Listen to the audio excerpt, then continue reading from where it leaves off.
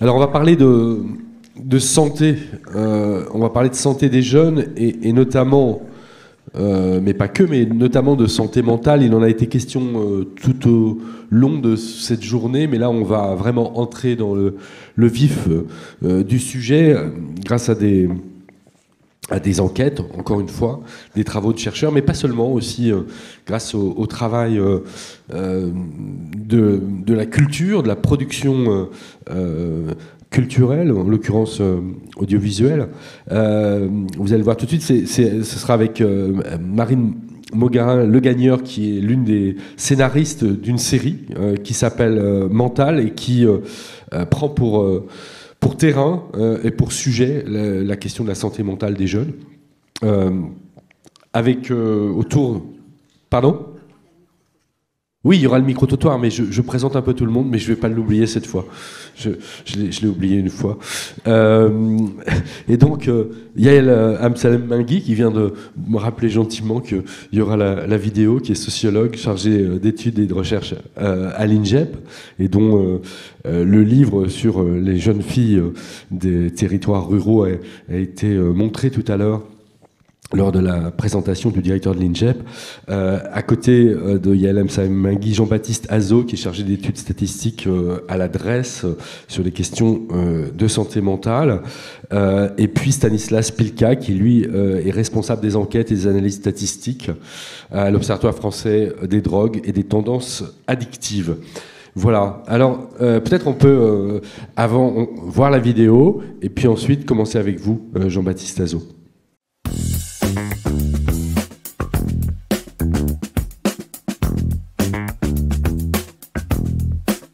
Jeune et santé, ça me fait penser à quoi? Ça me fait penser aux produits laitiers, là, les pubs, là.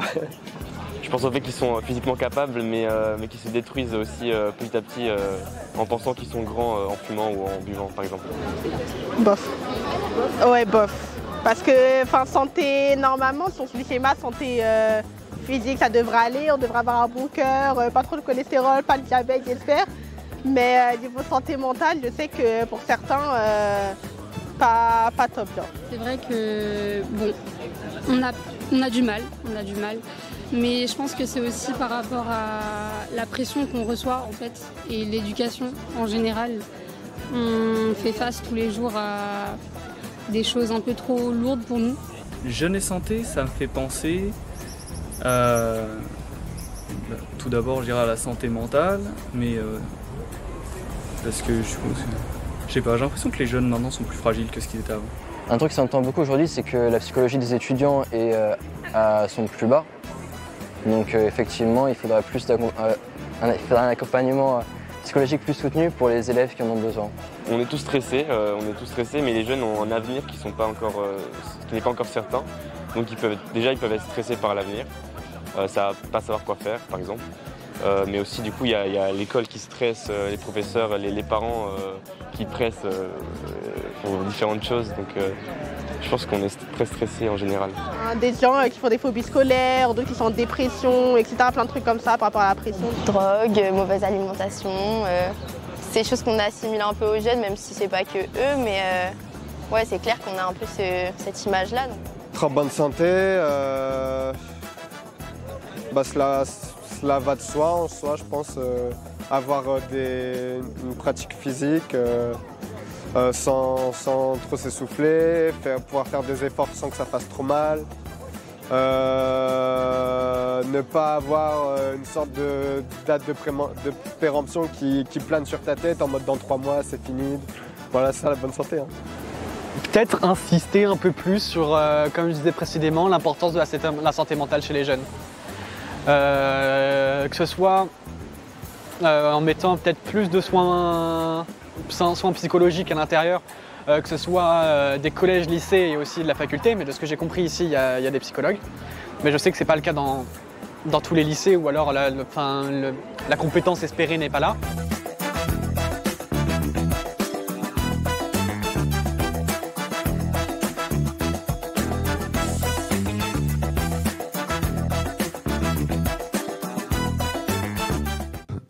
Jean-Baptiste Azot, Je le disais, on va aborder cette question de la santé mentale. En fait, c'est un objet qui était assez peu traité jusqu'à il y a peu de temps par les enquêtes, mais la situation de confinement, la pandémie, tout ça vous a conduit à mettre en place des nouveaux outils. Et donc, que sait-on aujourd'hui de la santé mentale des jeunes ? C'est vrai que ça a été une thématique assez peu abordée, l'épidémiologie pédopsychiatrique. Disposait d'assez peu de données jusqu'à maintenant. Effectivement, il y a eu une grande inquiétude et puis une montée à l'agenda politique de la thématique de la santé mentale. Alors, je vais utiliser le terme psychiatrie et santé mentale. C'est quand même pas tout à fait la même chose. Donc, la santé mentale, on en a tous une. On est passé d'un continuum un peu binaire où on opposait la santé mentale. Enfin, un continuum simple de la santé mentale, c'était l'absence de troubles psychiatriques et la présence d'un trouble. Donc on était soit malade psychiatrique, soit pas malade. Puis on arrive de plus en plus, enfin en tout cas il y a beaucoup d'organismes, je pense notamment au Psychom, qui déstigmatisent ces questions de santé mentale en faisant passer un modèle à deux continuums où on a tous une santé mentale qui peut être bonne ou mauvaise. Et on peut être porteur d'un trouble psychiatrique ou non. Les deux étant corrélés, mais pas forcément. On peut être dans un état de santé mentale très dégradé. Je pense notamment dans le cadre de conditions de travail très mauvaises, un environnement familial toxique, ou tout simplement suite à un deuil, un licenciement, la perte, un des événements de vie qui peuvent tous nous toucher et qui vont dégrader notre santé mentale sans que pour autant on rentre dans la case trouble de santé mentale. Et on peut avoir aussi, à l'inverse, un trouble grave, sévère, comme une psychose, une schizophrénie, un trouble bipolaire, et vivre une vie plutôt, alors pas forcément normale, prendre des traitements tous les jours, être suivi, et pourtant avoir une santé mentale bonne. C'est ce qu'on appelle le rétablissement en santé mentale, c'est-à-dire vivre une vie à peu près heureuse et pleine d'espoir et satisfaisante, tout en ayant un trouble psychiatrique. Voilà quelques définitions. Donc, en épidémiologie, moi je travaille à la direction de la statistique. On peut surveiller l'état de santé mentale, donc plus ou moins positif dans la population, avec des questions du type sur une échelle de 0 à 10, 0 étant la pire vie et 10 étant la meilleure vie possible, où vous situerez-vous? En moyenne, les Français tournaient autour de 7, c'est monté pas loin de 8 en 2012. Et puis là, 2021, boum, ça descend en dessous de 7. Donc on a ce type d'indicateurs qui nous montrent que quand même, depuis la crise sanitaire, depuis 2020, il y a eu un petit coup dans l'aile. Et puis, puisqu'aujourd'hui, on est là pour parler des jeunes, c'est vraiment ce qui nous inquiète, c'est qu'effectivement, dans la population des 15-24 ans, toutes les sources, donc les données d'enquête, mais aussi les données de recours aux soins, puisqu'on suit quand même derrière toutes vos cartes vitales, on regarde tout ce qui se passe et tout ce que les gens consomment en soins dans la population, et on a l'âge et le sexe. On n'a pas beaucoup d'autres informations sur les consommateurs de soins que nous sommes tous, mais on peut quand même regarder des choses à partir des consommations de soins. Et on voit quand même qu'on a une population de 15-24 ans, même de 10-24 ans, où beaucoup de voyants passent au rouge. Par exemple, on mesure, c'est important de mesurer toujours un peu de la même façon dans le temps. On a une mesure du syndrome dépressif, donc de la dépression, des syndromes dépressifs dans la population. En 2014, les 15-24 ans étaient protégés. On avait 7% à peu près de syndrome dépressif en population de 15 ans et plus. Les 15-24 ans étaient autour de 3%. Ça, c'était 2014. Donc on avait une jeunesse protégée du syndrome dépressif. En 2019, ça monte, ça rejoint la moyenne de tous les âges. Et en 2020, 2021, et puis hélas 2022, là, on a cette population-là, des 15-24 ans, qui est la plus concernée, et de beaucoup, avec la question des 15-24 ans filles, où là, on a un vrai décrochage genré, on dirait, où on voit vraiment que c'est les jeunes, particulièrement les jeunes filles, qui présentent des syndromes dépressifs qui atteignent le double de celui de la population générale. Et sur les consommations de soins, on a un indicateur qui nous inquiète pas mal, c'est les hospitalisations pour lésions auto-infligées, donc scarification, Et puis surtout tentative de suicide, injection médicamenteuse, intoxication médicamenteuse volontaire, IMV comme on dit dans le milieu soignant. Et là, on voit que les hospitalisations pour cette raison-là restent stables à peu près. Elles baissent même en 2020 quand on prend tout le monde. Mais en fait, il y a des grandes différences selon l'âge et le sexe. Ça baisse chez les personnes d'âge mûr, 35-55 ans. Ah pardon, oui, voilà, c'est peut-être pas très compréhensible, mais vous avez les 10-14 ans, les 15-19 ans, c'est les premiers segments à gauche de votre écran. Donc ça, c'est le nombre de patientes. En jaune, c'est les patientes. En orange, c'est les patients. Donc les filles. Entre 2012, le premier point, c'est 2012. Et puis les derniers points, c'est 2021-2022. Ça, c'est le nombre de patientes hospitalisées pour lésions auto-infligées en 10 ans.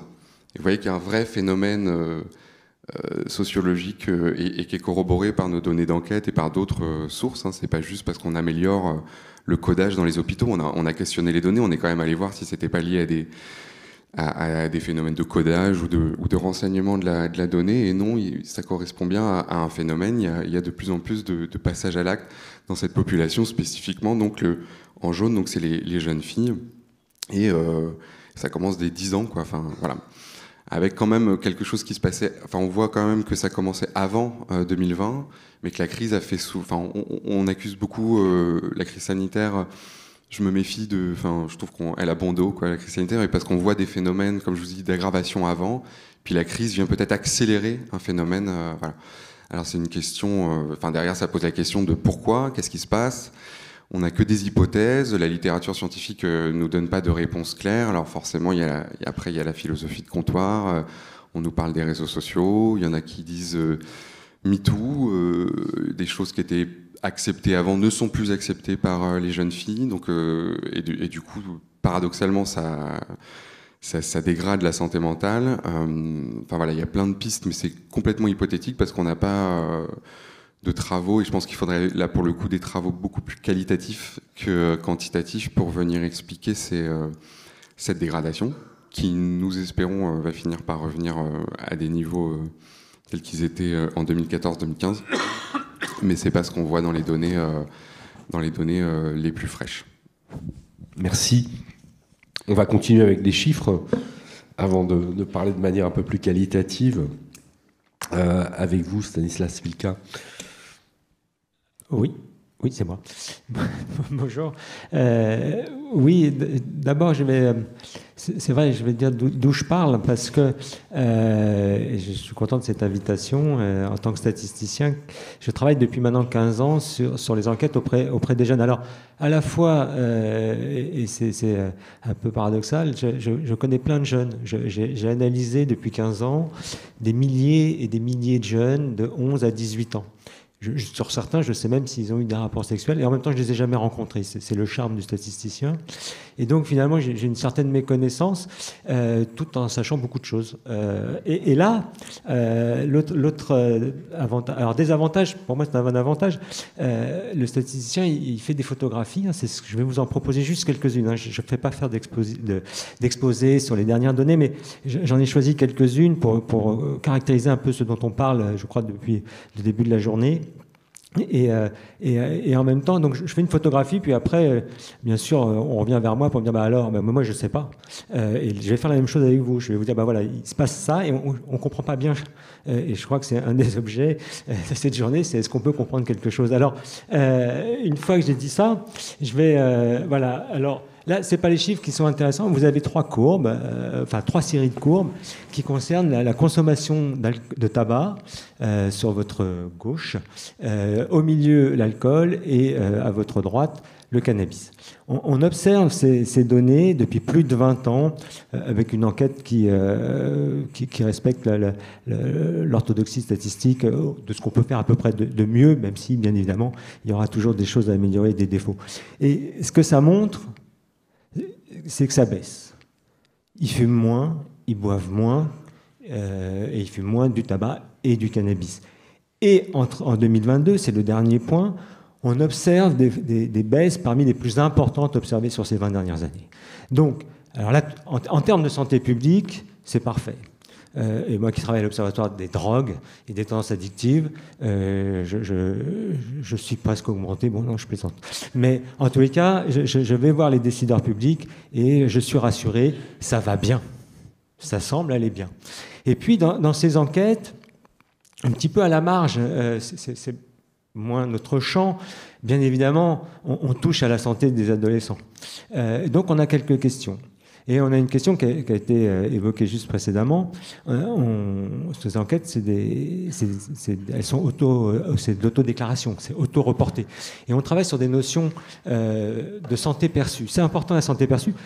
Au départ, c'est des travaux un peu, c'est d'économistes qui voulaient travailler sur la notion du bonheur.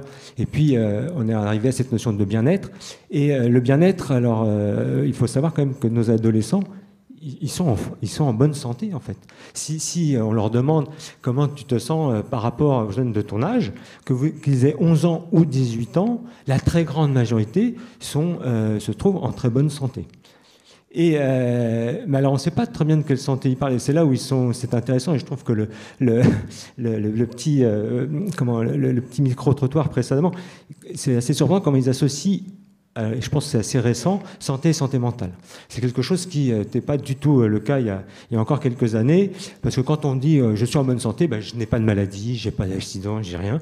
Mais c'est vrai que, et l'OMS le rappelle, la santé et le bien-être, c'est une dimension sociale, physique, mais aussi mentale. Et donc, on a donc cette photographie, la suivante.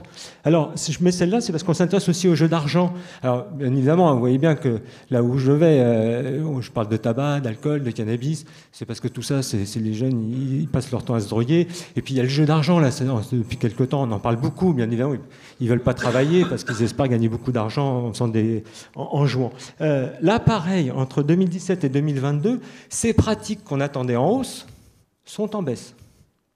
Alors là encore, tant mieux, tout le monde est content. Et puis, quand même, on a été voir quelque chose, et la diapositive suivante, et c'est là où la photographie prend une dimension un peu différente. Et c'est juste qu'il faut savoir, on demande cette fameuse question aujourd'hui sur comment tu te sens, est-ce que tu es en bonne santé, pas en bonne santé par rapport aux enfants de ton âge. Et là, l'enquête 2022 nous a fait, je vous redonne le chiffre, parce que moi je ne vois rien non plus, vous non plus. Là, cette santé perçue, on est passé, on gagne plus de 2 points d'adolescents qui vont dire je ne suis pas en bonne santé. Alors, 2 points, donc 7% disent en 2017 je ne suis pas en très bonne santé, et là on est à 9, alors on dit bon, c'est pas rien. C'est pas rien, surtout lorsqu'on va regarder un autre chiffre, on va regarder les pensées suicidaires au cours de l'année, qui vont passer de 11 à 18%. Alors, avoir des pensées suicidaires, c'est pas grave. C'est même à l'adolescence quelque chose qui est un peu normal. Mais par contre, que tout d'un coup, autant d'adolescents plus importants qu'avant, et c'est pas censé évoluer, c'est quelque chose qui est censé être stable à l'adolescence, ça monte beaucoup. Et là aussi, un autre chiffre qui nous a un peu inquiétés, c'est qu'on va regarder les tentatives de suicide. Alors, vous me direz, oui, bon, là aussi, ça bouge doucement. Mais on va passer de inférieur à 3 à plus de 3 d'adolescents à 17 ans qui déclarent avoir une tentative de suicide qui les a conduits à l'hôpital. Alors, c'est beaucoup. Et on retrouve par ailleurs, et quand on sait comment ça vient résonner avec d'autres données, c'est des éléments qui, relativement à l'enquête, tout d'un coup nous ont inquiétés. On s'est dit, mais on devait se réjouir. Et on ne se réjouit pas parce qu'on se dit, mais qu'est-ce qui se passe ? Et peut-être on aura l'occasion d'en discuter parce que je ne sais pas s'il y a un paradoxe au fait de je fume, je bois, donc je vais mal, ou à l'inversement, je fume, je bois, donc je vais bien. Donc ça, on pourrait discuter autour de ça, mais il y avait là une image qui, en tous les cas, qui mérite d'être discutée. Et puis, dernier élément, et puis je m'arrêterai là, je pense qu'on reviendra, j'en aurai d'autres à vous donner.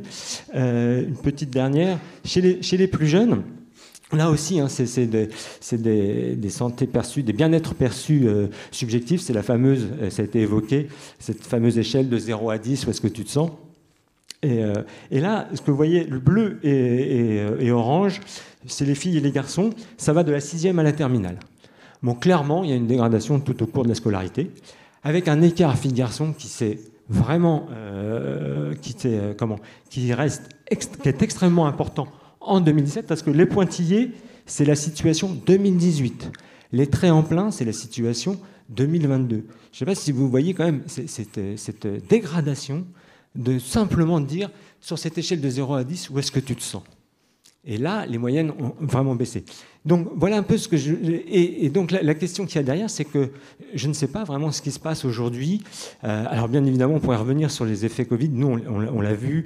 Mais encore une fois, c'est vrai que c'était des dynamiques qu'on observait avant, mais ils ont pris cher, comme vraisemblablement beaucoup d'entre nous, on a pris cher durant ces 2 périodes-là.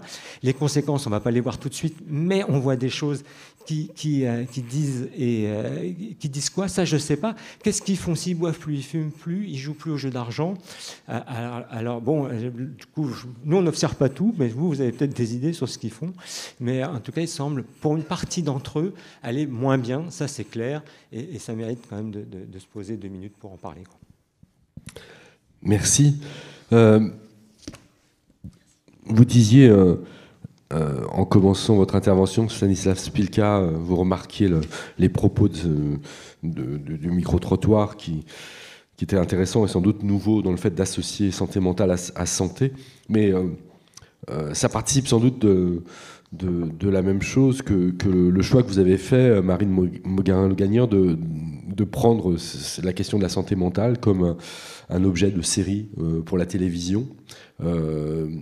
Et puis, en retour, ça peut peut-être aussi diffuser cette idée que la santé mentale, ça fait partie de la santé, puisque cette série a été vue, qu'elle a été reçue. Qu'est-ce qui vous a conduite à travailler sur ce sujet ? Et comment vous avez procédé ? Alors, Mental, initialement, c'est une adaptation d'une série finlandaise qui s'appelle Sekasine, qui m'a été proposée par le producteur Augustin Bernard, qui l'avait repérée et trouvée intéressante. Au moment où Augustin nous propose, avec mon co-auteur Victor, d'adapter cette série, nous, on constate l'incroyable déficit de représentation en fait dans les médias et notamment à la télévision de la jeunesse qui va mal. Et quand on entend mes camarades autour de moi, on mesure l'incroyable déni de l'audiovisuel français sur la jeunesse. Alors il y a peu de séries destinées au jeune public parce que les diffuseurs savent que finalement la jeunesse se détourne de la télévision aujourd'hui, donc on a peu d'offres déjà. Mais alors souvent l'offre qui vient faire la peinture de la jeunesse propose du soap, des histoires d'amour et des histoires de lycéens. Nous, au moment où on voit ces Cassines, on se dit oui, en fait, il devient urgent de parler d'une jeunesse en proie à l'angoisse. Tout à la fois parce que moi, à ce moment-là, ça rejoint un questionnement que j'ai, qui est comment est-ce qu'on a 15, 16, 17 ans à l'époque en 2018. C'est-à-dire que je suis un peu plus âgée. Moi, quand j'avais 15 ans, quand on s'intéressait à l'état du monde, on se disait qu'il faut sauver les pandas et envoyer du riz en Éthiopie. Bon... aujourd'hui, qu'est-ce que ça veut dire avoir 15 ans, se projeter dans un monde où on dit en 2100 c'est 3 degrés de plus et puis tout. Et on trouve dans ces Cassines un propos intéressant, un point de vue intéressant qui est celui de se mettre à hauteur de vue de la jeunesse et de parler du trouble psychiatrique du point de vue du patient. Et ça nous donne finalement notre projet qu'on va présenter à France Télévisions, / la plateforme à destination de la jeunesse de France Télé, en se proposant de libérer, de représenter une jeunesse en proie à l'angoisse, de la représenter d'une manière, à destination de la jeunesse, d'en faire les sujets de cette histoire. Et dans une tonalité pas nécessairement purement dramatique, puisqu'en fait on fait une comédie dramatique, on rigole, on pleure. Et on estime que ça va permettre de libérer, comme ça l'a fait en Finlande, la parole autour de la santé mentale. Et de dire ce que tu disais tout à l'heure, c'est-à-dire qu'il n'y a pas simplement d'un côté des gens fous et de l'autre côté des gens qui vont bien. Il y a un spectre sur lequel on se situe tous et donc on a un enjeu de déstigmatisation à cet endroit. À partir de là, il fallait adapter la série à un public français. Donc, la Finlande, c'est vraiment loin de la France. Donc, on a commencé à travailler. On a mis en place un gros travail de recherche. On a rencontré et des patients et des soignants. On a été accompagnés tout au long de l'écriture par 2 professionnels, une pédopsychiatre et une psychologue clinicienne, travaillant avec des adolescents. Elles nous ont ouvert la porte de lieux extrêmement variés, des cliniques privées, la Villa des Pages. On est allé assister à des groupes de parole à la Maison de Solène à Paris. On est allé voir les services jeunesse à l'hôpital Robert Debré. Donc on a eu un état des lieux assez divers et complet de la pédopsychiatrie en France.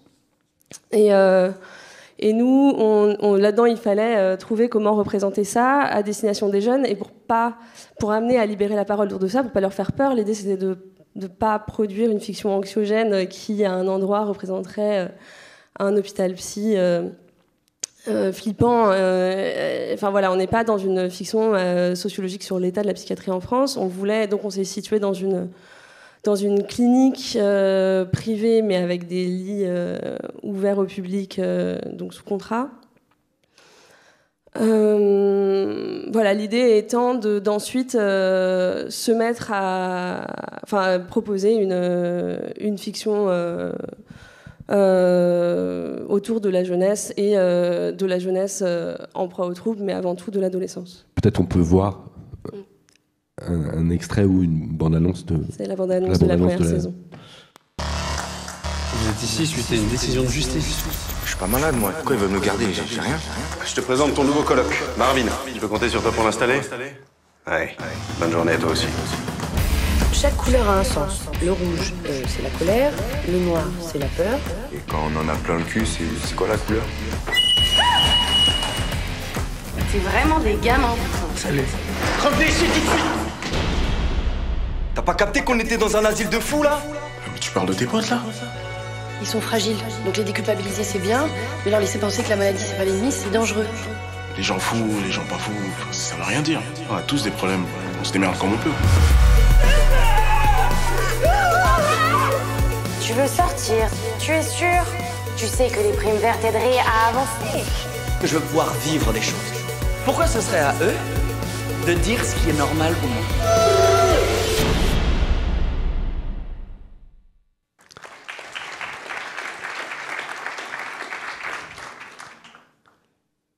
Il y a eu combien de saisons, combien d'épisodes en tout? C'est la première saison, elle fait 10 fois 20 minutes, et il y a une deuxième saison de 10 fois 30.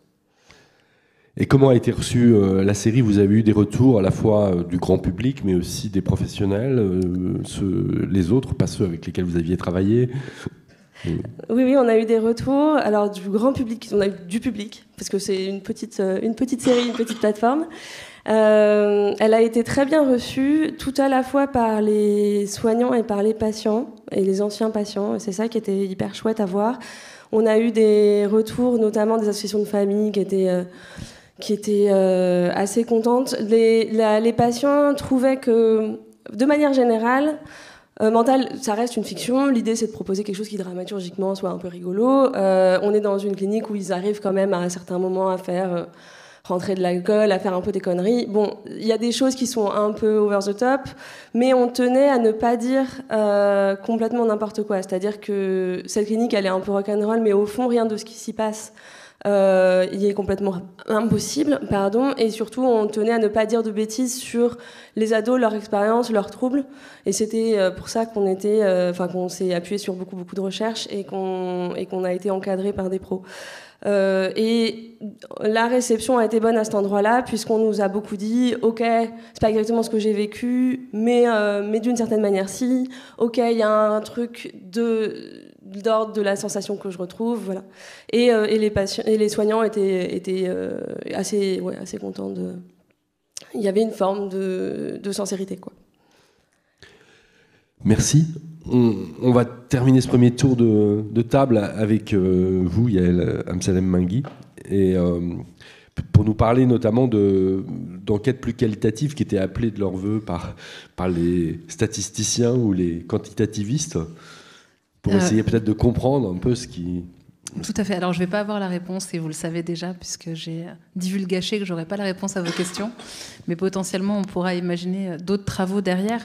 Sur cette question de la santé, et notamment de la santé mentale, si on reprend l'enquête et les données de l'enquête sur les filles du coin, donc sur les filles des classes populaires qui habitent dans les espaces ruraux en France hexagonale, ce qu'on voit, c'est que d'une part, la question de la santé, elle n'est pas d'abord primordiale dans leurs propos quand on leur demande de raconter leur vie.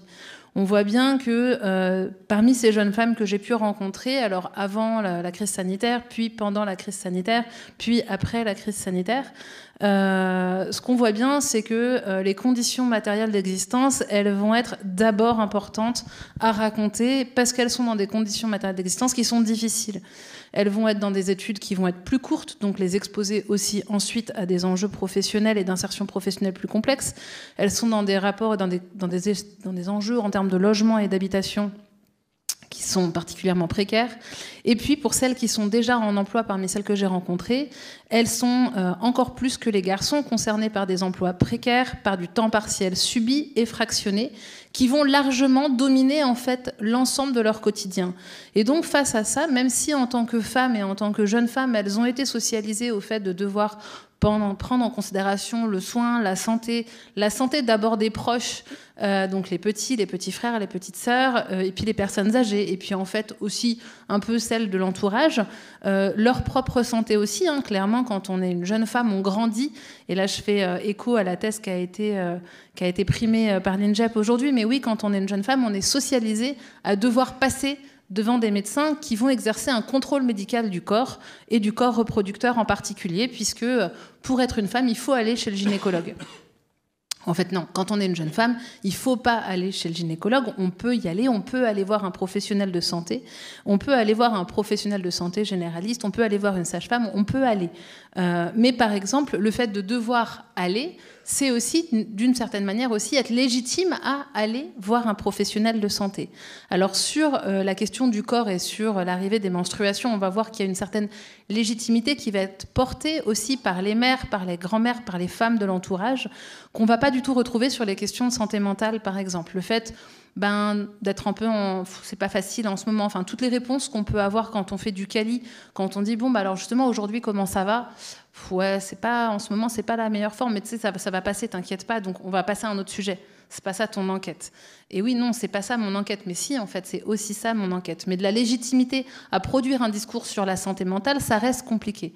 C'est quelque chose qui a émergé dans le micro-trottoir de manière un peu surprenante, mais qui est très contextuel au fait que ça fait 2 ans médiatiquement, qu'on mobilise beaucoup l'attention et la parole sur la santé mentale et la santé mentale des jeunes et la précarité alimentaire des jeunes.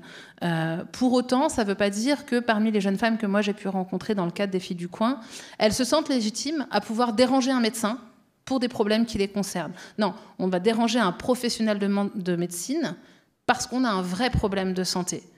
En fait, finalement, pas avoir le moral, se poser des questions, avoir des idées noires, tout ça, c'est pas un vrai problème. Tellement c'est mou, tellement c'est subjectif, tellement on ne peut pas l'opérationnaliser par rapport à des vrais problèmes de santé. Et puis elles connaissent toutes des gens qui ont des vrais problèmes de santé dans leur entourage et qui font comme elles peuvent pour s'en sortir. Donc il y a ça qui va venir un peu interpeller, cette question du rapport à la santé mentale, du fait de passer derrière en fait sa propre santé et sa santé mentale par rapport à d'autres enjeux plus urgents. Et puis il y a peut-être aussi à prendre en considération la spécificité, ou en tout cas la particularité d'habiter en milieu rural et faire partie des classes populaires en termes de coûts qui vont se positionner, enfin en tout cas les coûts engendrés par les effets de besoins de santé par les populations et par les populations juvéniles. Alors je vais parler des coûts économiques, forcément, oui, alors on a une carte vitale, bon ok, mais en fait il y a une partie qui n'est pas remboursée, oui. Et puis en fait, la carte vitale, on ne sait jamais qu'est-ce qui est tracé ou pas par les parents sur les cartes vitales quand on est mineur. Et ça, parmi les mineurs, c'est quand même pas très clair, parce qu'il n'y a pas de socialisation du tout à qu'est-ce qui est transparent ou pas. Est-ce que si je vais voir un psy, mes parents vont savoir que j'ai été voir un psy? Est-ce que si je vais voir un gynécologue, mes parents vont savoir si j'ai été voir un gynécologue? Est-ce qu'on va savoir qu'est-ce que j'ai demandé au gynécologue? Est-ce qu'on va savoir quel type de médicament je vais avoir par un psy ou par un psychiatre? Donc il y a tous ces enjeux-là, il y a des coûts économiques donc à la consultation, mais en milieu rural, il y a aussi les coûts économiques à aller chez un médecin. C'est-à-dire que l'essence, c'est un coût économique qui va rentrer aussi dans la balance de l'arbitrage, de la prise en charge de la santé. Et notamment pour les jeunes femmes qui vont être dans les premières années de l'emploi, clairement, elles vont déjà financer de l'essence pour aller travailler. Donc travailler, ça coûte cher aussi de travailler. Il y a une des filles qui dit ça, elle dit mais en fait travailler ça coûte cher. Oui, travailler ça coûte cher. Et donc finalement, il y a des arbitrages qui sont faits sur les déplacements et on ne travaille pas forcément à côté d'un lieu de soins. On ne travaille pas forcément dans la métropole la plus grosse dans laquelle il y a une offre de soins relativement variée qui permettrait de cumuler finalement le déplacement et de rester le soir ou de s'organiser. Forcément, le temps fractionné partiel n'est jamais dans le même temps que le permettraient les médecins. Et donc, on va voir qu'à ça s'ajoutent des coûts organisationnels de la gestion de la santé, avec des jours de congé que les filles doivent prendre, alors comme les garçons, mais plus encore pour les filles, puisqu'elles vont aussi se retrouver à accompagner la santé de leurs petits frères, petites sœurs, par exemple. C'est quelque chose qui est beaucoup cité dans l'enquête, qui revient quand même très régulièrement et qui n'a pas d'équivalent dans les propos des garçons que j'ai pu rencontrer dans le cadre d'un autre travail en milieu rural. Et on va voir que les coûts organisationnels dans la santé sont à replacer avec la table ronde qu'on racontait juste avant sur la précarité du travail, dans un monde rural où il y a peu d'offres d'emploi, où les filles sont embauchées dans du travail précaire, où finalement elles sont en concurrence les unes avec les autres, où la concurrence elle est rude sur ces emplois-là, et donc tout jour de congé, tout jour d'absence peut peser finalement sur le quotidien professionnel et donc sur les conditions matérielles d'existence. Donc voilà. Et donc la santé, en fait, c'est un aller-retour en permanence avec à la fois les enjeux de santé vraiment objectifs et avec toutes les définitions que tu as pu présenter, Jean-Baptiste, et puis avec les consommations qu'on peut avoir. J'abuse pas trop, non, mais j'ai réduit, je fais vachement attention en ce moment. Quand j'étais jeune, c'était une catastrophe. Avec des propos, du retour réflexif sur leurs propres pratiques par rapport à quelques mois avant, quelques semaines avant, aujourd'hui vachement moins qu'il y a quelques semaines, et puis en même temps qui sont à lire aussi avec tout ce qui va entourer la question de la santé. On va voir surtout et avant tout que les filles dans les espaces ruraux, enfin moi en tout cas dans les données que j'ai, elles n'ont pas particulièrement des problèmes en santé mentale, ni particulièrement par rapport à d'autres jeunes des problèmes de santé, mais c'est les conditions de précarité, les inégalités dont elles font les frais, les inégalités sociales, les inégalités de genre, les inégalités de milieu de vie, et l'éloignement finalement des services de santé qui vont produire des pratiques éventuellement ou des conditions de santé qui sont plus compliquées.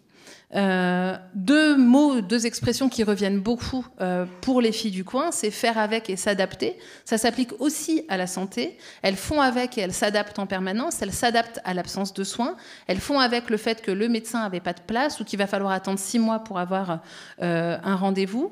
Et en même temps, faire avec et s'adapter, c'est aussi s'approprier le fait qu'on vit dans un bassin de vie où finalement il va falloir faire avec l'absence et faire avec le sentiment de relégation sociale. C'est-à-dire qu'elles vont pointer, et ça dès le plus jeune âge des enquêtés que j'ai pu rencontrer, des filles que j'ai pu rencontrer, un éloignement très fort des services publics avec une définition très large du service public, puisque dedans il va y avoir à la fois la mission locale, mais aussi la boulangerie, mais aussi le gynéco, mais aussi l'arrêt de bus, enfin le service de bus. Voilà. Elles vont pointer en fait tous ces services comme étant des services publics et pointer leur éloignement et leur proximité, c'est-à-dire que tout ce qui est situé à moins d'1 heure de chez elles, sachant qu'1 heure c'est déjà énorme, est considéré comme très loin. Si on interviewait des adultes, je pense que le seuil serait bien plus court sur le rapport à l'éloignement. Et donc on va voir combien la santé est aussi un support d'expression du sentiment de relégation sociale et de désinvestissement de l'État et de reconnaissance de la place de ces jeunes femmes qui vivent dans les espaces ruraux et qui ne veulent pas en partir, contrairement à ce qu'on voudrait en permanence leur faire croire. Voilà. Merci. Peut-être juste avant qu'on vous donne la parole, parce qu'on est un peu contraint par le temps, il y a 2 choses sur lesquelles je vous proposerais bien de revenir. Au fond, ça reste assez mystérieux, les données que vous nous avez livrées, c'est-à-dire comment comprendre ce qu'on enregistre comme une forme de dégradation de la santé mentale ressentie, puisque c'est des déclarations. Et donc, je me demandais, en vous écoutant, si une part, au moins, ne pouvait pas s'expliquer par le fait qu'il était peut-être plus facile aujourd'hui de déclarer que ça va pas bien qu'autrefois, et à mettre en relation avec le fait que la santé mentale existe comme quelque chose qu'on peut citer quand on est interviewé pour un micro-trottoir. Donc après tout, quand on répond à une enquête, on peut aussi plus facilement qu'avant dire que ça va pas bien. Et l'autre chose, c'est quand même essayer de vous demander si vous avez des pistes d'explication sur les différences de résultats en termes de genre, parce qu'ils sont quand même assez significatifs.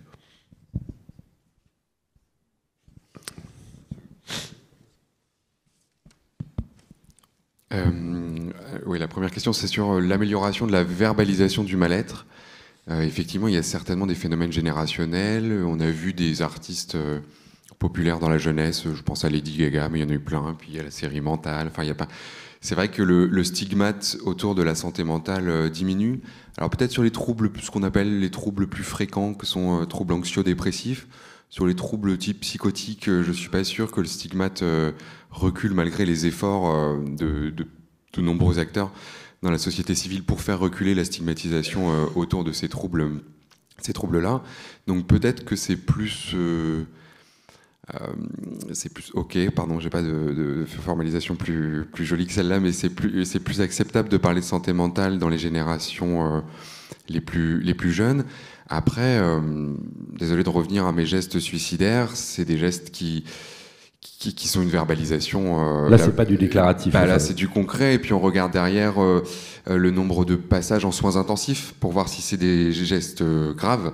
Et ils suivent. C'est pas des gestes moins graves qu'avant. Il y a donc plus de gestes et autant de gestes graves. Donc, ça peut pas être que de la verbalisation, même si l'hypothèse d'une verbalisation plus fluidifiée et plus acceptable dans les nouvelles générations.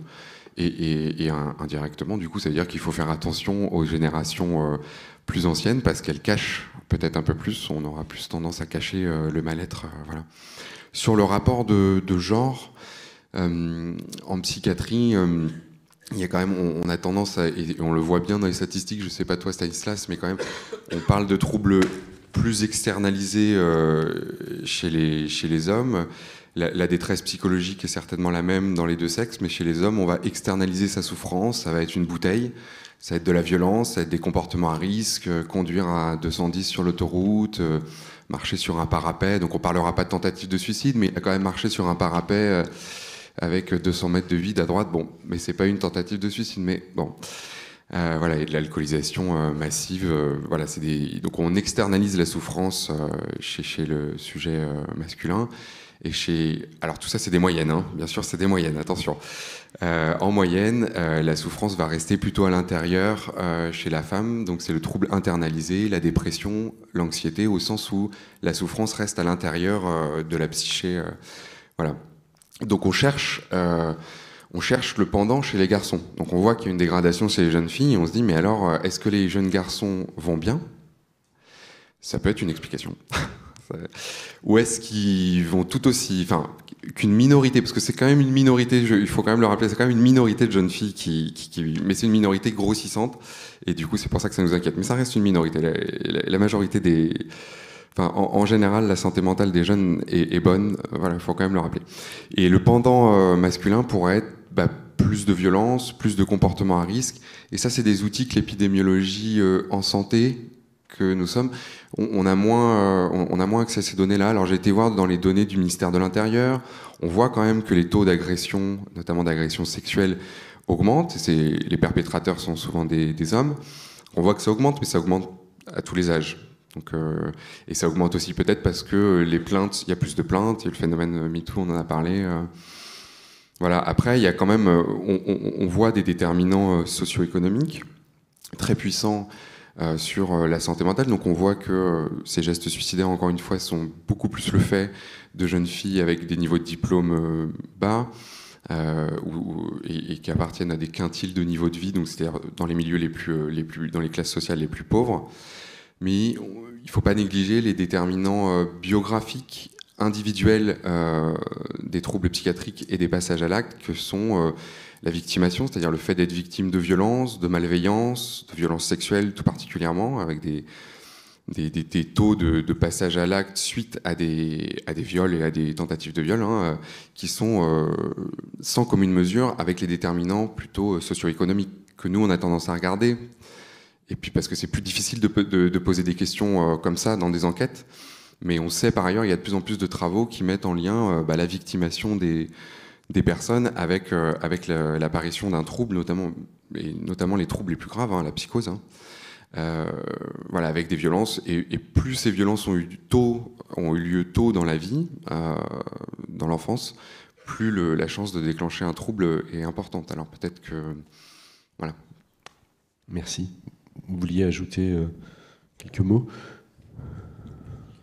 Oui, juste, c'est vrai qu'on voit, je ne l'ai pas évoqué, mais c'est vrai que derrière ces moyennes, quand même, je reconnais qu'on est un peu caricatural, et on sait que la jeunesse n'est pas unique. On voit des déterminants, et on va retomber sur des déterminants que nous on observe et qui ont été déjà soulevés. Bon, il y a effectivement ces déterminants de genre. Enfin, je vais juste, nous, sur l'échelle quand même, parce que les écarts sont vraiment importants. On n'est pas en train de parler de petits écarts entre les jeunes filles et les jeunes hommes, hein, mais si je prends l'échelle de dépressivité, l'anxio-dépression, en 2022, il y avait 14% des jeunes filles qui étaient dans une situation à risque, c'est-à-dire relativement à notre mesure. On pense qu'elles sont pas loin de la dépression. Les garçons, c'est 5%. Enfin, on parle vraiment d'écarts importants. Autre écart qu'on observe, et ça me fait penser au propos d'elle, sur les territoires. Aujourd'hui, si on regarde les usages, les adolescents de 17 ans, toujours les mêmes, hein, parfaitement comparables à ceux dont je parle depuis le début, qui résident en commune rurale, vont avoir tendance à plus boire et fumer que ceux qui sont dans les grandes agglomérations et Paris, surtout l'Île-de-France, qui est une des régions où on fume et on boit le moins à l'adolescence. Paris étant une petite exception au milieu de l'Île-de-France. Mais en tout cas, on voit aussi revenir des déterminants liés au territoire. Et puis, un déterminant malheureusement extrêmement puissant, et ça a été évoqué, et j'y reviens parce que l'enquête, pour nous, ne laisse aucun doute sur cette question-là. À 17 ans, vous le savez, 90% d'une génération, celle qu'on observe, est au lycéenne. Alors, ça peut bien évidemment être en lycée général, professionnel. Et vous avez à peu près aujourd'hui un peu moins de 5%, 6% qui sont en apprentissage. Et enfin, 2-3% qui sont déscolarisés au sens où certains travaillent, mais c'est plus souvent la déscolarisation et des parcours d'insertion. Si vous regardez les usages derrière, ils sont monstrueusement discriminés par cette catégorie-là. Les apprentis vont être 2 fois plus nombreux à fumer du tabac quotidiennement. Ils vont être 2 fois plus nombreux à boire de l'alcool régulièrement. Et si je prends la catégorie des déscolarisés, certes, à 4% à peine, c'est la même chose. Donc on retrouve ces fractures très fortes derrière ce qu'on observe, et derrière se recollent aussi ces inégalités de santé et là il y a l'INSEE qui sort un portrait social dans lequel on pose un peu un diagnostic sur les inégalités sociales de santé qui s'observent en fait malheureusement très tôt avec les déterminants qu'on connaît. Et juste, puisque c'est une question que m'avait posée Yael avant de venir, si je parle beaucoup des adolescents à 17 ans, alors on aimerait bien savoir qu'en est-il des jeunes adultes, ces fameux 18-25 ans, qui préoccupent. On les observe beaucoup plus difficilement. Donc, on a beaucoup moins de résultats réguliers et fiables. Mais là, on a regardé sur un access panel. On voit que, par exemple, la santé perçue se dégrade à 18-25 ans. C'est-à-dire que relativement à nos 17 ans, le fait d'être un peu plus âgé, et alors derrière, ça va se dégrader selon le fait que vous êtes en emploi et étudiant. Alors je vous pose la question, d'après vous, si on regarde, est-ce que c'est les étudiants ou les jeunes de 18-25 ans en situation d'emploi qui sont l'état de santé le plus dégradé, déclaré, d'après vous? Il y a des préjugés. C'est forcément contre-intuitif si vous posez la question.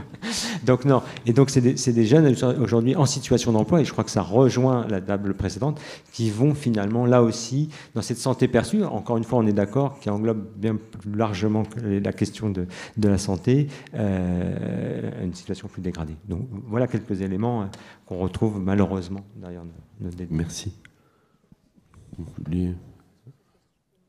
On va passer les micros dans la salle, alors. Merci.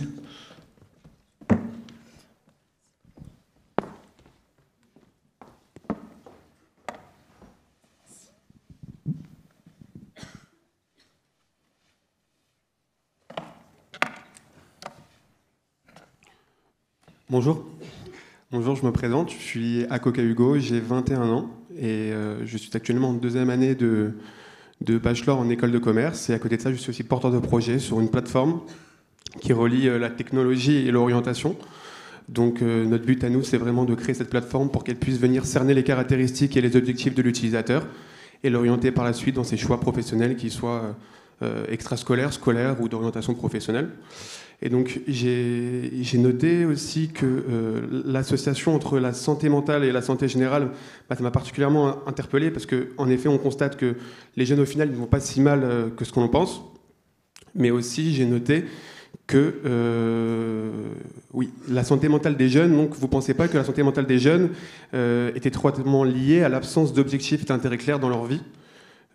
Parce que cette absence, je crois que cette absence, elle découle aussi d'un manque de ressources facilement accessibles et adaptées à leurs besoins. Et donc les jeunes d'aujourd'hui qui ont parfois, à qui on reproche un manque d'efforts, et j'ai moi-même été ces deux-là, donc ont besoin d'outils adaptés à leur mode de... Ouais, donc c'est ça. Donc ma question en réalité c'est, j'aimerais savoir si vous pensez que cette santé mentale, elle n'est pas accordée à l'absence de manque d'objectifs et d'intérêts clairs chez la part des jeunes d'aujourd'hui. Voilà. Merci. Oui. Fonctionne. Oui, bonjour. Donc Alexis Mauclin, donc je travaille pour une communauté d'agglomération dans le département du Nord. En fait, j'avais une question qui est à la fois un vœu, qui pourrait être résumé de la manière suivante. Où se situent les moyens du ministère de la Santé pour agir en faveur de la santé des jeunes ?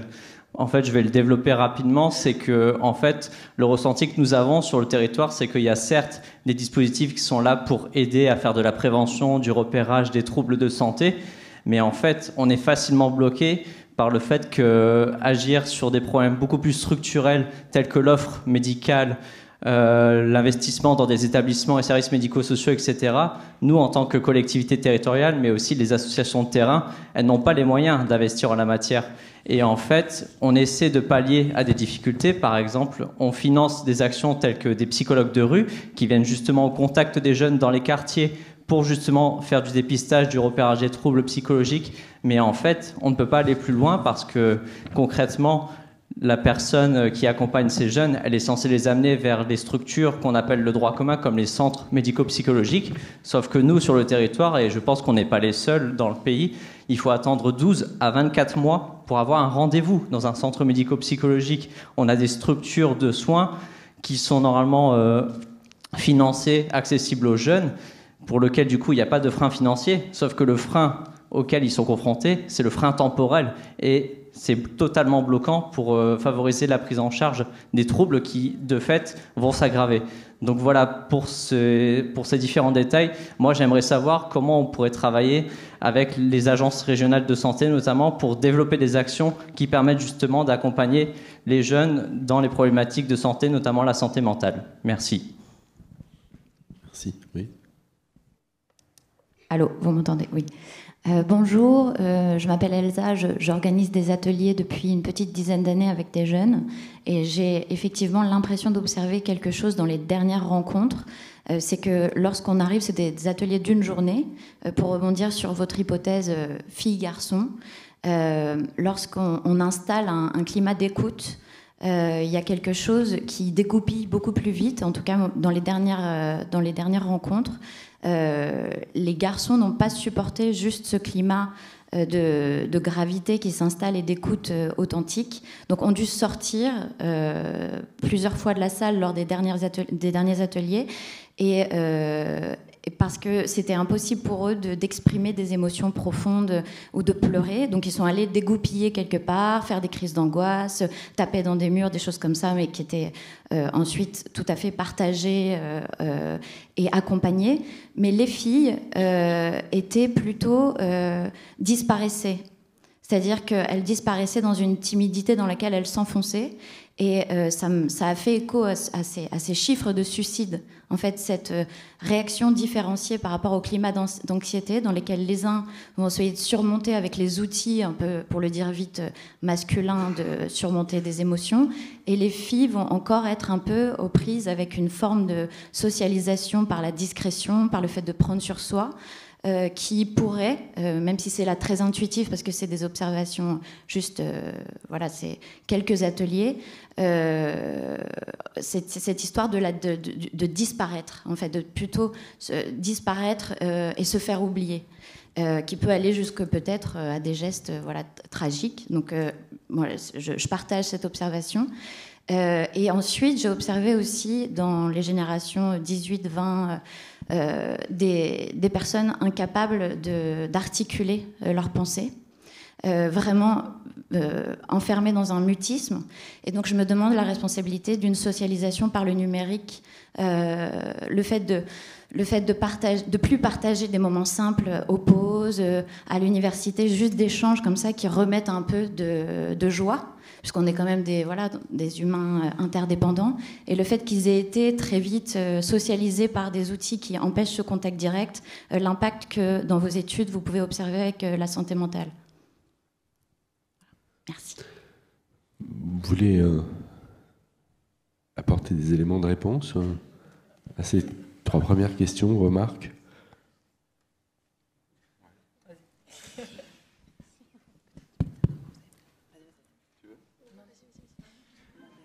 Pour la première question sur la perte de sens, je ne suis pas philosophe et je ne peux pas répondre à cette question-là. Je ne suis même pas clinicien moi-même, donc j'ai pas assez d'infirmiers, mais c'est tout. Je ne peux pas répondre à cette question-là. Sur la question de l'offre de soins, alors oui, effectivement, je reboucle un peu avec la dialectique santé mentale et psychiatrie par laquelle j'avais commencé. La notion de santé mentale n'est pas forcément très bien appréciée de certains psychiatres. Qui voient une menace pour leur discipline et puis plus globalement qui voient une demande de la société de prendre soin du bonheur des gens alors que c'est pas leur rôle, c'est des médecins, ils sont là pour s'occuper de malades et ils peuvent du coup à juste titre faire de l'érythème dès qu'on leur parle de la santé mentale, ils sont là, oui moi je suis psychiatre, je dois m'occuper, et on demande peut-être beaucoup à un secteur du soin qui est la psychiatrie publique de secteur et à la pédopsychiatrie qui est encore plus sinistrée, qui subit une crise des vocations terrible, avec vraiment beaucoup de mal à embaucher des psychiatres, des infirmiers. Et on demande encore plus, puisqu'il y a une hausse du besoin, notamment en psychiatrie infanto-juvénile.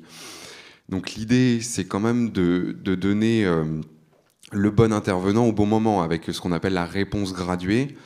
En France, on a quand même pas mal de psychologues, on a aussi beaucoup de psychiatres, notamment des psychiatres libéraux qui sont peut-être pas forcément mobilisés au bon endroit au bon moment. La psychothérapie dispensée par les psychologues commence tout juste à peine à être remboursée et dans des conditions qui font un peu débat, puisque c'est seulement 8 séances remboursées 30 € la séance par an. Donc il faut trouver des systèmes de réponse graduée tout au long du continuum de la santé mentale uniquement dégradée, sans trouble, et puis réponse à un besoin de soins, à un risque suicidaire ou à une décompensation psychotique. Il faut trouver la bonne réponse au bon moment et pas, j'ai envie de dire, embouteiller la psychiatrie de secteur qui n'en peut déjà plus, avec peut-être des problématiques de santé mentale qui peuvent être prises en charge par le psychologue, mais aussi par tout un chacun. De plus en plus, on forme des gens au premier secours en santé mentale, où n'importe quel citoyen peut être un peu acteur, alors non seulement de sa santé mentale, mais aussi de la santé mentale des prochains. Bon, c'est un peu des solutions faciles. Je ne suis pas magicien, c'est pas évident, mais on entend ce retour-là, et vous n'êtes pas du tout le seul à le porter. Voilà. Et merci pour votre retour.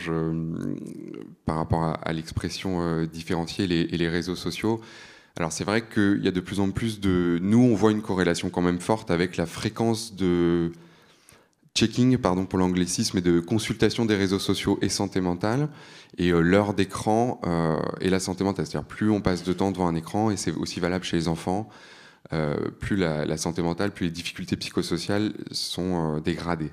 Donc on voit la corrélation. Corrélation n'est pas causalité, c'est-à-dire qu'un enfant qui est problématique, on va peut-être plus le caler devant un écran pour avoir la paix. Donc c'est pas forcément que les écrans rendent malade, c'est peut-être les gens qui vont pas bien, qui utilisent beaucoup les écrans. On a du mal à voir le lien causal réseau social, écran sur la santé mentale. Et c'est des choses encore à explorer. Après, il y a un autre indicateur qui est très très corrélé à la santé mentale chez tout le monde, à tous les âges, c'est le soutien social. C'est 3 pauvre petite question, c'est est-ce que les gens s'intéressent à ce que vous faites? Est-ce que c'est facile d'avoir de l'aide de votre voisinage? Et combien vous êtes de personnes sur qui vous pouvez compter en cas de gros problème? Avec ces 3 questions, on fait un score. Et ce score, chez tout le monde, il est extrêmement associé à tout type de problématiques de santé mentale, comportement boulimique, pensée suicidaire, syndrome anxieux, syndrome dépressif. C'est vraiment toujours, c'est très robuste dans tous les modèles statistiques, ce truc du soutien social. Les jeunes sont ceux qui en ont le plus de soutien social. Mais entre 2019 et 2021, ceux qui en ont un faible, ils sont passés de 8% à 16%. Ça a doublé. C'est-à-dire que le soutien social a vraiment reculé, tout particulièrement chez eux. Alors, c'est chez eux qu'il est le meilleur, mais c'est chez eux qu'il a été le plus impacté par les 4 années ubuesques qu'on a vécues.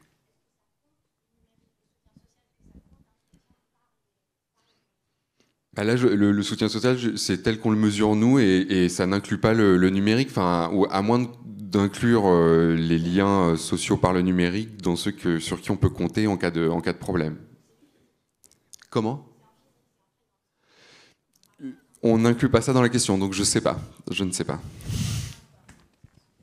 Et moi, je ne peux pas du tout parler de chiffres, je ne suis pas une chercheuse, ce que je dis c'est très empirique. En revanche, ce que j'ai trouvé moi intéressant en travaillant en recherche sur mental, c'est que j'ai trouvé beaucoup de matière sur les réseaux sociaux, sur YouTube.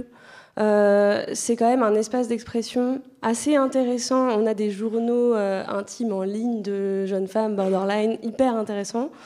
Et qui hyper créatif. Il y a plein de choses. Alors effectivement, après la question de leurs effets secondaires, moi, je peux pas en parler. On prend rapidement 2 ou 3 questions et puis on va devoir clore la table pour avancer dans. Oui, allez-y. Ah pardon, ok. Du coup, moi, je viens des Francas du Val d'Oise et en fait, je m'interrogeais sur une question par rapport aux moyens mis à disposition dans les écoles, notamment la disposition de psychologues et aussi la question de l'écoute vis-à-vis des enseignants et même des directeurs. Déjà, par rapport à les moyens mis à disposition dans les écoles, moi, je me souviens déjà qu'en 2013, par exemple, pour 4 collèges, il y avait un psychologue qui n'était pas toujours présent. Et donc, pour les personnes qui avaient des problèmes, peu importe, mais ils ne pouvaient pas en parler aussi facilement que ça. Et puis, même en parler des fois avec la famille, ça peut sembler compliqué. Et je me suis aussi posé la question du manque d'écoute des professeurs et des proviseurs quand un enfant subit par exemple du harcèlement scolaire ou quelque chose comme ça, ou un cas d'anxiété sociale ou d'anxiété scolaire. Souvent, c'est nié par les directeurs qui réfutent l'information et qui les renvoient ailleurs. Ça s'est passé avec, par exemple, ma petite sœur qui a subi du harcèlement scolaire, de l'anxiété sociale, et on lui a juste répondu que non, c'était dans sa tête, et finalement a fini en hospitalisation. Du coup, la question que je me pose, c'est vraiment la question de la formation et de l'écoute des enseignants et des directeurs. Qu'est-ce qu'on peut faire par rapport à ça? Et aussi, forcément, la mise à disposition des professionnels de santé dans les établissements. Voilà, merci. Merci. Moi, j'ai une question très rapide sur la corrélation. Sur le territoire où nous, on travaille, donc en milieu rural dans la Manche, on a observé une anxiété forte de nos jeunes lycéens sur l'orientation scolaire et le dispositif Parcoursup notamment, qui est aussi accentué par les parents qui renvoient à leurs propres enfants la pression, voilà. Et notamment, vous parlez d'une différence entre les filles et les garçons, et on sait aussi la pression plus importante, en tout cas, que les filles peuvent aussi ressentir sur l'orientation scolaire. Donc, est-ce que vous, dans vos statistiques, etc., et autres études, vous pouvez observer, en tout cas, peut-être les premiers effets, en tout cas, de ce changement de mode de recours à l'orientation et de ce qu'elle peut impliquer chez les jeunes et d'avoir d'impact sur la santé mentale et leur bien-être aussi, hein, très clairement. Peut-être prendre... Là, je vois 2 questions, des bras qui se lèvent. Oui. Merci. Bonjour, on va formuler une question à 2, je pense, du coup. Moi, je m'appelle Anaïs Leclerc, je travaille chez Emmaüs France à la mission jeunesse. Donc, j'ai une question par rapport à ce que par rapport à la différence entre les pensées suicidaires et les actes chez les filles et les garçons, qui, moi, personnellement, m'a vraiment interpellée. Parce que donc, vous avez corrélé ça aussi, peut-être philosophie de comptoir ou non, on ne sait pas, mais au mouvement MeToo et à la libération de la parole, justement, chez les femmes des violences sexuelles, mais aussi des agressions sexuelles et des viols, etc., et l'augmentation des plaintes qui n'ont pas toujours été menées en justice. Moi, je me demandais, du coup, donc je voulais juste revenir sur le fait que ça a toujours existé, hein, c'est juste qu'avant on n'en parlait pas et que on appelait ça des drames conjugales au lieu d'appeler ça conjugaux au lieu d'appeler ça des féminicides. Mais juste aujourd'hui, est-ce qu'il y a des études qui vont être menées sur pourquoi est-ce que les jeunes filles subissent plus, ont plus des pensées suicidaires que les garçons? Est-ce que vous saviez pas vraiment le pourquoi? Donc, première question. Et deuxième question, est-ce qu'il y a des dispositifs qui vont être mis en place justement pour accompagner plus les jeunes filles sur ces questions-là, donc que ce soit le suivi psychologique ou autre. Et du coup, je passe le micro. En fait, c'est juste exactement dans le même ordre d'idées.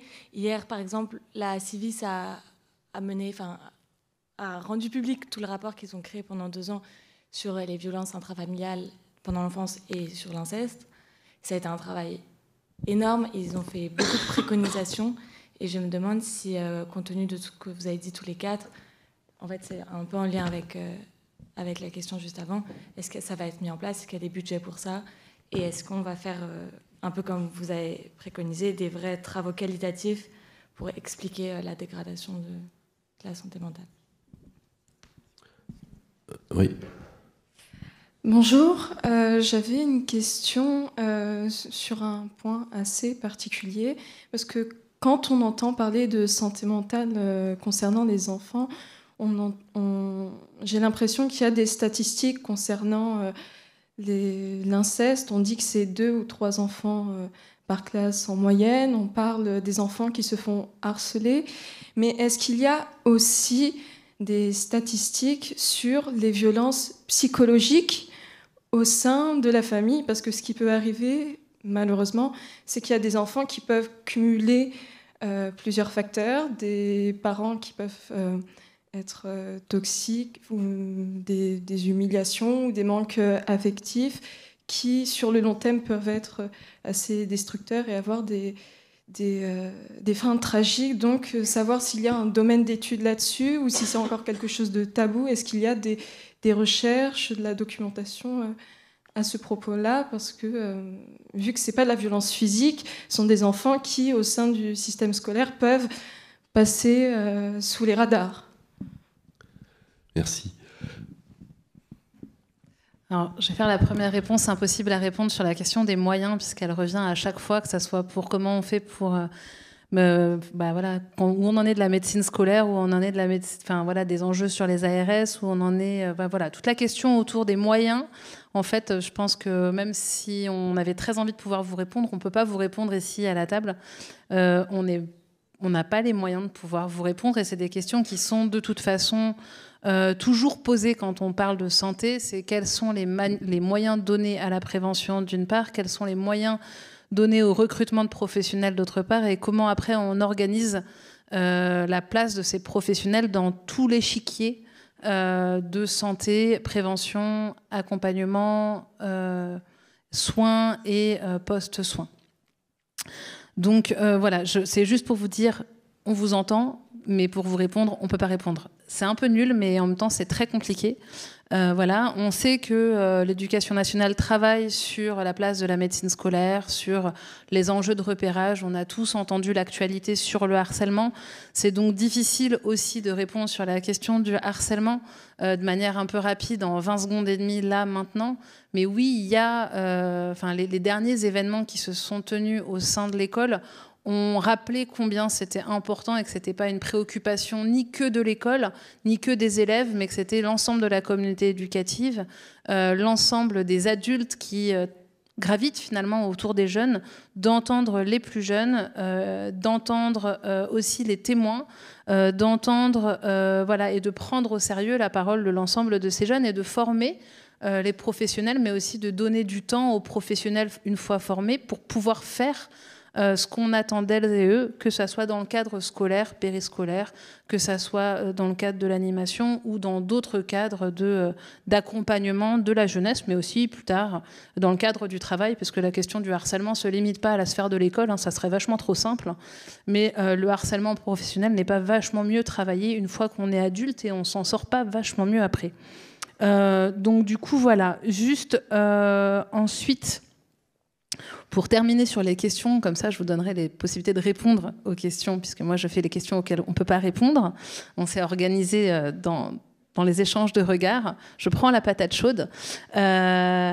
Sur la fin des enquêtes qui sont à mener ou qui seraient à mener, et notamment sur les violences psychologiques, pour répondre très rapidement. Il y a pas mal de recherches qui sont déjà menées sur violences psychologiques dans le cadre familial. Il y a des données qui sont un peu éparpillées peut-être dans plein d'enquêtes possibles, qui sont disponibles, qu'on peut regarder aussi rétroactivement dans le cadre scolaire, dans le cadre familial, dans le cadre sportif.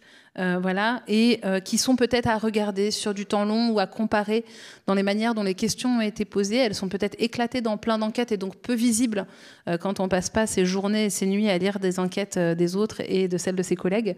Mais pour autant, il y a quand même pas mal de choses qui incluent les violences psychologiques, qui incluent les violences physiques, qui incluent les violences sexuelles. Clairement, depuis les années 2000 et l'enquête ENVEF, donc l'enquête sur les violences faites aux femmes, il y a eu quand même... de plus en plus de données sur les violences faites aux femmes. Ce qui ne veut pas dire derrière qu'il y a les moyens pour accompagner la société à mieux prendre en compte, mieux accompagner, mieux lutter contre les violences et les rapports de genre. Donc voilà, un peu pour les patates chaudes, je vous laisse la suite. Je vais prendre ma part.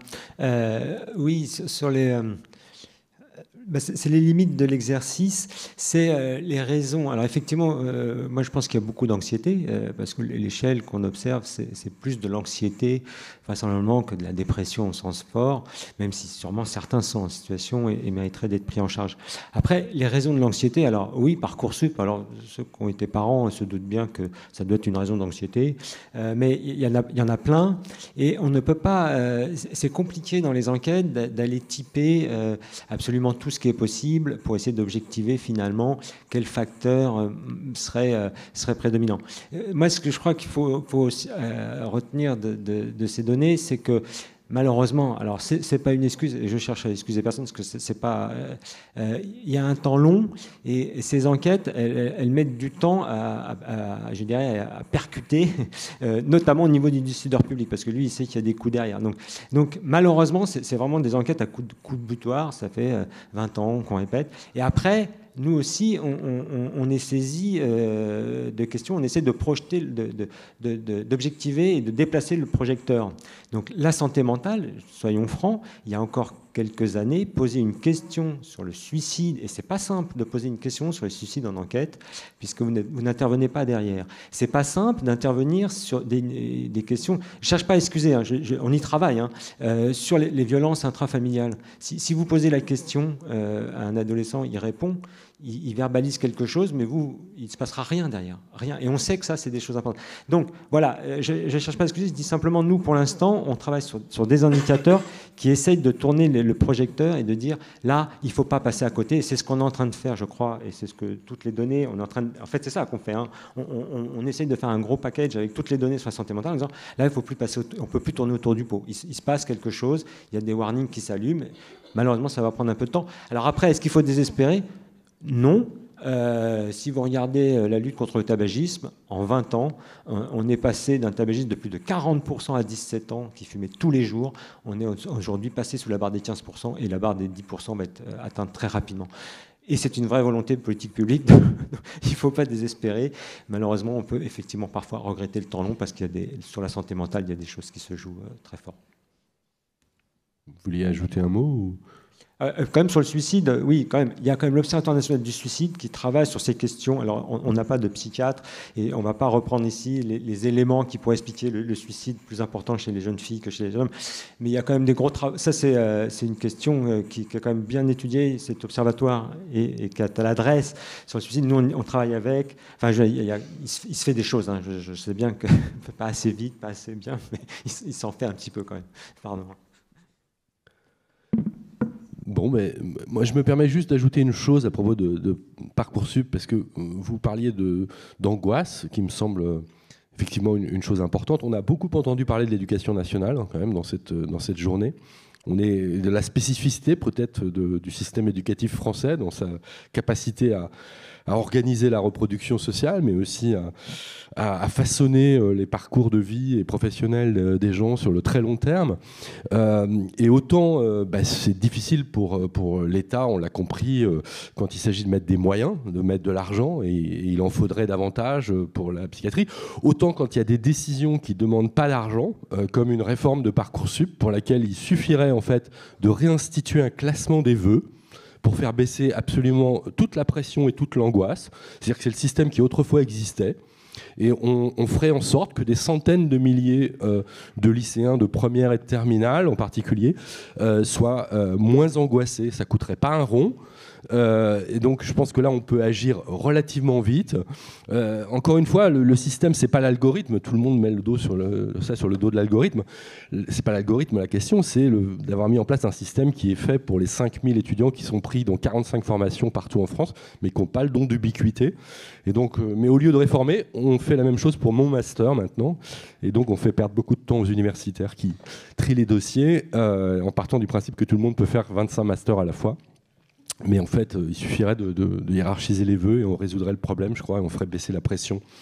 Mais c'est des statistiques assez simples, en fait. Merci en tout cas à tous les...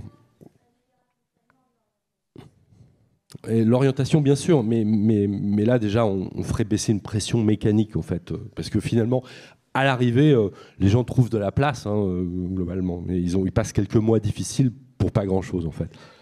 Ouais. Merci à tous les quatre. On va donc achever cette dernière table ronde.